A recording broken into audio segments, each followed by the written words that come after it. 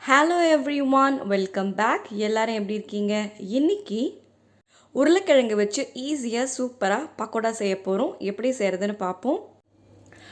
நம்மளோட உருளைக்கிழங்கு பக்கோடாக்கு செய்ய தேவைப்பட போகிற முக்கியமான பொருட்கள் என்னெல்லாம் பார்த்தீங்கன்னா 3 மீடியம் சைஸ் உருளைக்கிழங்கு, அதுக்கப்புறம் ஒரே ஒரு கப்பு கடலை மாவு, அதுக்கப்புறம் ஒரு 1/4 கப்பு அரிசி மாவு, ஒரே ஒரு மீடியம் சைஸ் வெங்காயத்தை மீடியமாக சாப் பண்ணியிருக்கு. இப்போ செய்ய ஆரம்பிச்சிருவோம்.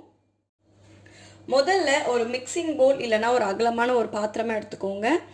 அதில் வந்து நம்ம வச்சுருக்க ஒரு கப்பு கடலை மாவு, அதுக்கப்புறம் ஒரு 1/4 கப் அரிசி மாவு,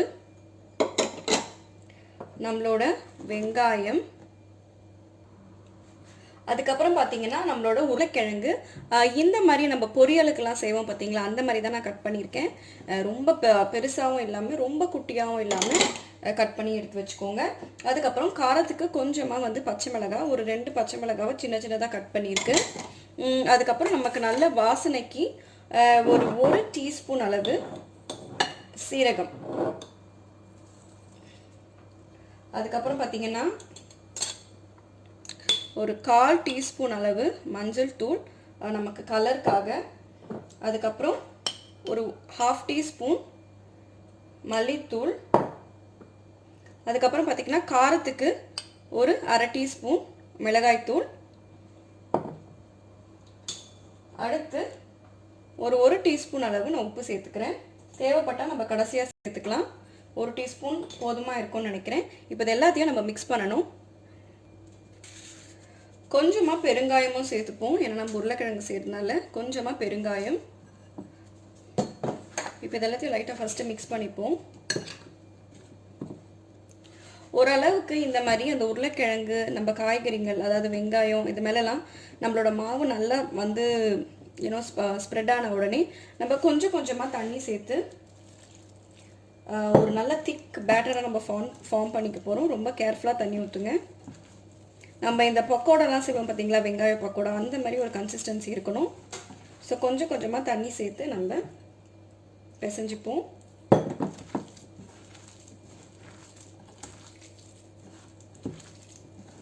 ரொம்ப ஈஸியான சிம்பிளான ஒரு ஸ்நாக் ரெசிபி தான், டக்குன்னு நீங்கள் செஞ்சிடலாம்.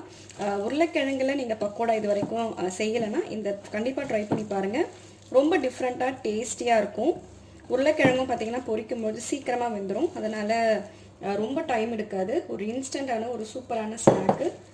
ஒரே ஒரு கப்பு கோதுமை மாவு இருந்தாலே, ஒரே ஒரு கப்பு கடலை மாவு இருந்தாலே போதும். உப்பு இந்த நேரத்தில் செக் பண்ணிக்கோங்க. 1 டீஸ்பூன் உப்பு ஆக்சுவலாக இந்த அளவுக்கு சரியாகவே இருக்குது. மாவு பார்த்திங்கன்னா ரொம்ப லூஸாக இருக்கக்கூடாது, ரொம்ப டைட்டாகவும் இருக்கக்கூடாது. நமக்கு பக்கோடா மாதிரி எடுத்து போடுறதுக்கு கரெக்டாக இருக்கணும். இப்போ அதை நம்ம பொரிக்க ஆரம்பிச்சிருவோம். எண்ணெய் நல்லா சூடாயிடுச்சு. நம்ம பக்கோடாவை ஒன்று ஒன்றா எடுத்து போட்டுக்கலாம். இந்த மாதிரி பக்கத்துலேயே வச்சுக்கோங்க. வச்சுட்டு இந்த மாதிரி கொஞ்சம் கொஞ்சமாக எடுத்து எண்ணெயில் போட்டுருவோம்.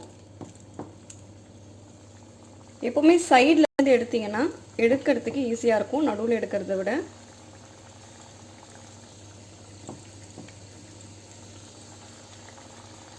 இதை வெறுமனை கூட நீங்கள் சாப்பிடலாம். அப்படி இல்லைனா வந்து டொமேட்டோ சாஸ் இல்லைனா சட்னி வேணும்னா அரைச்சிக்கலாம்.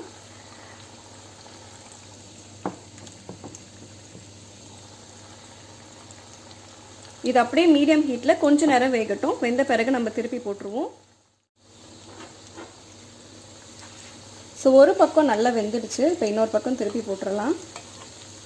ஸோ இதே போல் நம்ம எல்லாத்தையும் பொரிச்சு எடுத்துக்க போகிறோம். ரொம்ப ரொம்ப இன்ஸ்டண்ட்டான ஒரு ஸ்நாக் ரெசிபி, கண்டிப்பாக ட்ரை பண்ணி பாருங்கள். உருளைக்கிழங்கு போட்டிருக்கனால கண்டிப்பாக வந்து கிட்ஸுக்கு ரொம்பவே பிடிக்கும். டொமேட்டோ சாஸ் வச்சு சாப்பிட்டிங்கன்னா ரொம்பவே அட்டகாசமாக இருக்கும். ஸோ இது இன்னும் கொஞ்சம் நேரம் வேகட்டும். அவ்வளோதான், சூப்பராக நம்மளோட பக்கோடா வெந்துடுச்சு. இப்போ நம்ம எடுத்து இதை பிளேட்டில் வச்சுருவோம்.